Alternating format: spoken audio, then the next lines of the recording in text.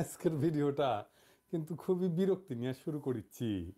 এই যে বিকেএমই এর হাতেমালি থেকে 50 লাখ টাকার চেক নিচ্ছে সার্জিস, আর পাশে ধরে আছে আক্তার।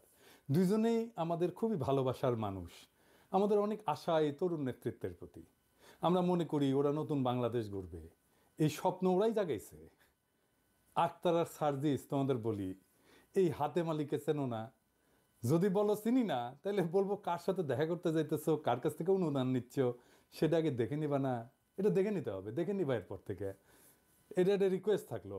এই লোকের আন্দোলনের টাইম একটা বক্তব্য শোনাই তোমাদেরকে, শুনো কি বলছে। এরকম একটা সংকটকালে আবারও এই ধরনের একটা সিচুয়েশন আমরা কিন্তু কখনোই আশা করিনি।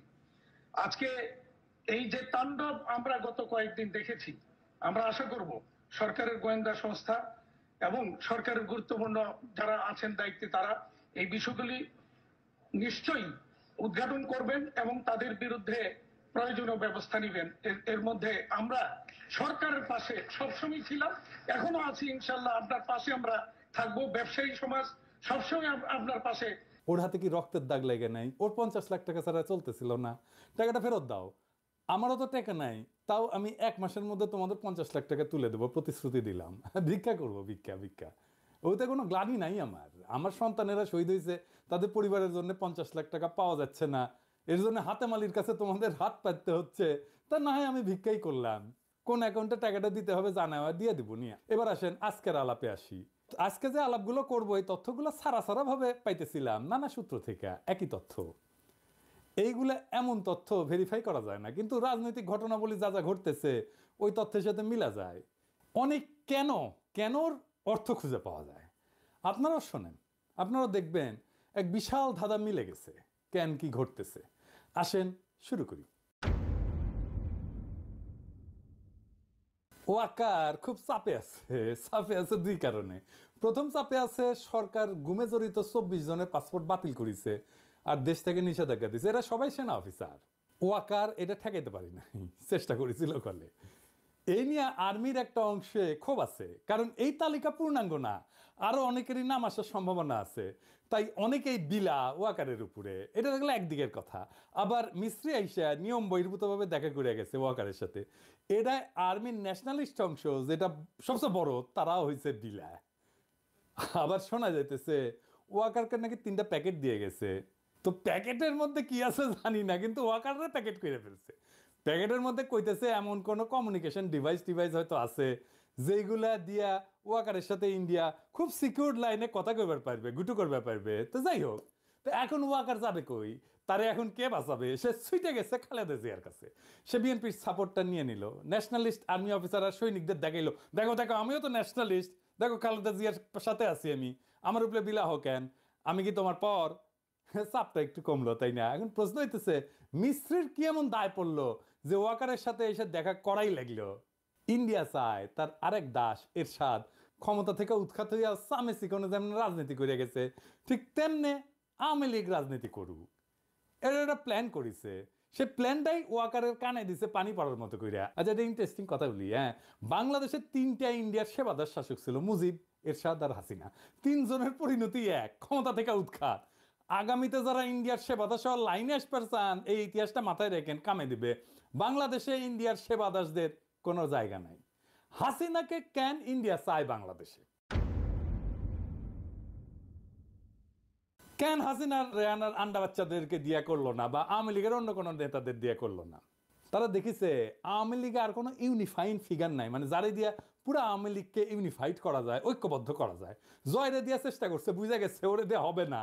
হ্যাঁ, জয় গল্ফ খেলিচ্ছে, দেখেন ওই নিজের লাইনে ফিরে গেছে। ওর বুড়ি দেখেছেন? হ্যাঁ, বুড়িটা দেখে দেন। হ্যাঁ, এইটা সাহেব মাল টেনবি, দিন রাত কাম কাজ নাই, বুড়ি হবি না। আবার ডেটিং অ্যাপস ইউজ করে গার্লফ্রেন্ড জুটেছে। আমি বুঝি না, বুঝছাও। ওই যে কুত্তাটা নিয়ে বসে থাকিছিল না, কুত্তাটা গলে সুন্দরী আসিল কলে, তো আমার গার্লফ্রেন্ড লাগে কেন বুঝি না। আবার ওর কাজিন টিউলিপের বিরুদ্ধে দুর্নীতির অভিযোগ উঠেছে। ফ্ল্যাট নিছে, ফ্ল্যাট বিনা পয়সায়। ওই ফ্ল্যাট নিয়ে লিটনের ফ্ল্যাট বানাবি? ওই ওর চাকরি বাকরি তো যাবে, তো আয় উপার্জন ক্যাঙ্কা করে হবি, ওই লিটনের ফ্ল্যাট দিয়ে আয় উপার্জন করবি। তো যাই হোক, আবার টিউলিপের বোন রূপন্তী ও ধরা খাইছে, ওই একই ফ্ল্যাট কিচ্ছা। ফ্ল্যাট এত পছন্দ ওদের, লিটনের ফ্ল্যাট, বুঝছাও। পুতুলেরা 5 হাত লাতি দিয়া বিশ্ব স্বাস্থ্য সংস্থা থেকে খেতাবি, আমি কয়ে দিলাম লিখে রাখেন, ববিও ধরা খাবি না, ওয়েট করেন। এগুলা গেলে এমনি এমনি হচ্ছে না, এইগুলা কোনো র্যান্ডম ঘটনা না। হাসিনার পুরা ফ্যামিলি নেক্সট জেনারেশন যেন মাথা তুলবেন না পারে সে ব্যবস্থা করবে ওয়েস্টার্নরা, পশ্চিমারা, বুঝছাও? তার মানে বুঝেছেন তো, হাসিনারে ছাড়া উপায় নাই ইন্ডিয়ার। তারাই সামনে রেখা আওয়ামী লীগটা গুছায় শেষ চেষ্টা করবে, তার রাজত্ব কিছুটা যদি রক্ষা করবে পারে। তো এখন কেমনে হাসিনাকে বাংলাদেশে আনবি? ওই যে শর্ট করে ঢুকে পড়বে কইছিল না, ওই শর্ট করে ক্যাঙ্কে করে ঢুকে দিবি, সেটার প্ল্যান কি? হাসিনাকে ফেরত দিবে ইন্ডিয়া, এটা কয়ে গেছে মিস্ত্রি। আবার লাফায় উঠেন না যে ইন্ডিয়া কত ভালো, হাসিনাকে ফেরত দিচ্ছে। হ্যাঁ, তাই মনে হচ্ছে? ফেরত দিলে তো ওয়াকারের সাথে কথা কওয়া লাগে না। ওয়াকারকে সে কন্ডিশন দিছে, সেটা হইতেছে তারে এরশাদের মতো নিজ গৃহে অন্তরীণ রাখতে হবে। এরশাদকে যেমন রাখিছিল না, খালেদা জিয়াকে রাখিছিল না, সিংহে করে রাখা লাগবি। সেই গৃহ কোনটি? নিজ গৃহ কোনটি? গোপালগঞ্জের টুঙ্গিপাড়া, উঠি থাকবে হাসিনা। আর কি, হাসিনার দলকে নির্বাচন করবে দেওয়া লাগবে। মির্জা ফখরুল প্রফেসর ইউনূসকে গিয়া কয়ে আসছে না, এটা সাহেব ওটা দেখান যে মির্জা ফখরুল কয়ে আসছে প্রফেসর ইউনূসকে। বিএনপিকে তার রেটরিক বদলাইতে হবে, তার রাজনীতির ভাষা, স্লোগান এই সমস্ত বদলাইতে হবে, বক্তৃতা বদলাইতে হবে। তাহলে মুক্তিযুদ্ধের কথা, 72-এর সংবিধানের কথা কওয়া লাগবে। আর জামাতের সাথে দূরত্ব সৃষ্টি করা লাগবে, জামাতে গেলানো লাগবে। কি করছে? 72-এর সংবিধানের কথা কইছে, মুক্তিযুদ্ধের কথা কইছে, লাগিছে, এবার মিলিচ্ছে। তার মানে ইন্ডিয়া চাইতেছে আওয়ামী লীগের শূন্য স্থান এটা আওয়ামীকৃত বিএনপি কে দিয়া পূরণ করবি। ইন্ডিয়া জানে বিএনপি জিতবি ইলেকশনে। এটা শুনে বিএনপির লোকেরা খুশি হয়ে গেছে যে দাদা কইছে যে জিতবি, যে তার চান্স আছে, এটা ঠিক। যাই হোক, আয় আলাপে পরে এসেছি। এই কারণে বিএনপির উপরে ধরেছে বাজি ইন্ডিয়া, বিএনপির ডিস্টার্ব দিবি না ইন্ডিয়া এই 5 বছর, এটা কইছে। এটা হইতেছে আন্ডারস্ট্যান্ডিং। এইবার আপনারা আশেপাশে যা ঘটতেছে তা মিলে যেতেছে, তাই না? কেন কোনটা ঘটতেছে? ওয়াকার এসে খালেদা জিয়ার কাছে আত্মসমর্পণ করছে, আশ্রয় চাইছে, ইন্ডিয়ার সাথে আন্ডারস্ট্যান্ডিং হয়ে গেছে, তাই বিএনপি আকাশে উঠতেছে, ক্ষমতার তো চলে আসিছে।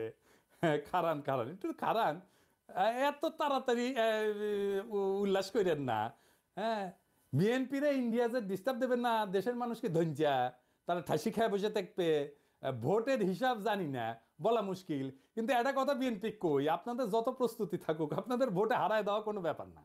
একটা সিরিয়াস টিম যদি কাজ করে 3 মাস মাত্র, আপনার বিরোধী শক্তিগুলো যদি ঐক্যবদ্ধ হয়ে যায়, কয়েকটা স্ট্র্যাটেজিক মুভ নেয়, আপনি হারবেন কিনা জানি না, কিন্তু আপনার আসন সংখ্যা ব্যাপকভাবে কমায় দেওয়া যাবে।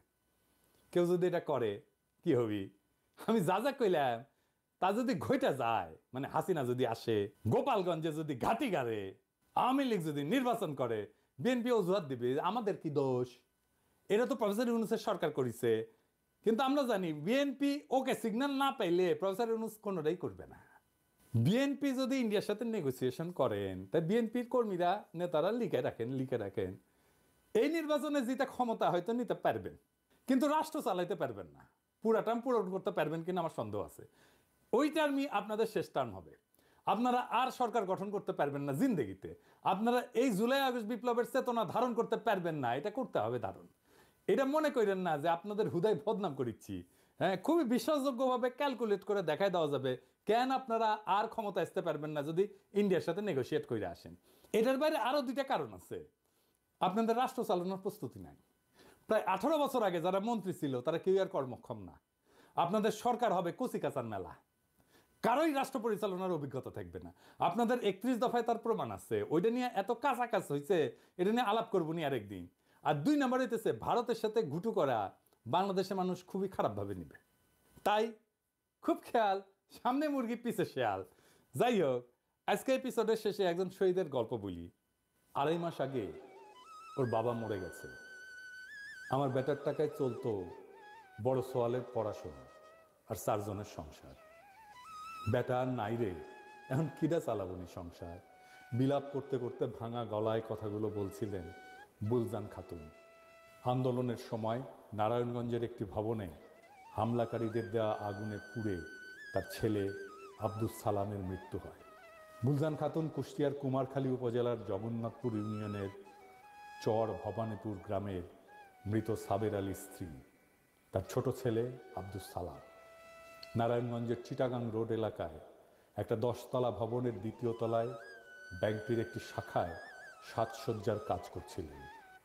আন্দোলনের সময় সহিংসতায় বিকেলে ওই ভবনে আগুন দেয় দুর্বৃত্তরা। আগুনে পুড়ে ঘটনাস্থলেই মারা যান সালাম। চর ভবানীপুর গিয়ে দেখা যায় টিন শেডে আধ পাকা একটি ঘরের ভেতর সালামের মাকে ঘিরে বসে আছেন স্বজনেরা, আর তার মা বিলাপ করে কাঁদছেন। আরেক কক্ষে বাকরুদ্ধ হয়ে শুয়ে আছেন সালামের স্ত্রী মারিয়া খাতুন। কথা বলার শক্তি হারিয়ে ফেলেছেন তিনি। পাশেই বিছানার উপরে খেলা করছে তাদের 1.5 বছর বয়সী একমাত্র সন্তান। শিশুটিকে দেখে কেউ কেউ বলছিলেন সে বুঝতেই পারছে না যে তার বাবা আর নেই।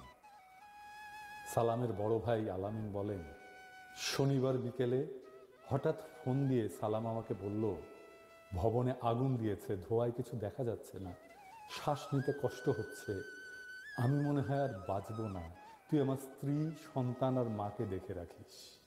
নিহত সেলিমের স্ত্রী শোভা খাতুন জানান, গত বিকেলে ফোনে সেলিমের সঙ্গে শেষ কথা হয়েছিল। ফোনে বারবার তিনি বলছিলেন, প্রচুর ধোঁয়া, নিঃশ্বাস নেওয়া যাচ্ছে না, হয়তো আর বাঁচব না, বাবা, মা আর মেয়েকে দেখে রাখিস। বিলাপ করতে করতে শোভা বলছিলেন, এখন আমাদের দেখবে কে?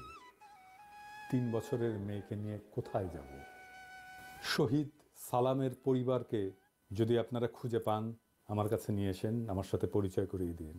আমার সীমিত সামর্থ্য দিয়ে এই পরিবারটির দায়িত্ব নেব। এমন হাজার হাজার সেলিমের মৃত্যুর জন্যে যারা দায়ী, তাদের নিয়ে ভোট করতে চায় বিএনপি। তাদের কিভাবে রক্ষা করা যায় সেই প্রজেক্ট নিয়েছে বিএনপি। দলে দলে আওয়ামী লীগাররা ঢুকতেছে বিএনপিতে। প্রমাণ চান? দেখেন। জয় বাংলা, বাংলাদেশ জিন্দাবাদ, বাংলাদেশ জিন্দাবাদ। যাই হোক জয় বাংলা বলতে বলতে অভ্যাস আছে, তো আমরা এখন পরিবর্তন হয়েছি, পরিবর্তন হতে যাচ্ছি। যাই হোক, কেউ নেবেন না। বাংলাদেশ জিন্দাবাদ, বাংলাদেশ চিরজীবী হোক। হরে কৃষ্ণ।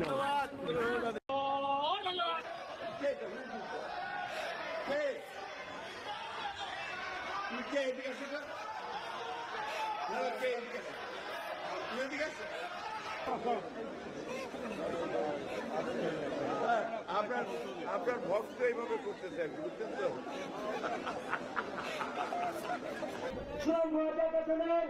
আগামী দিনের কান্ডারি এই বক্তব্য বলে আমি আমার বক্তব্য এখানে শেষ করছি। জয় বাংলা, বাংলাদেশ আমলে, বাংলাদেশের জাতীয়তাবাদী আমলে।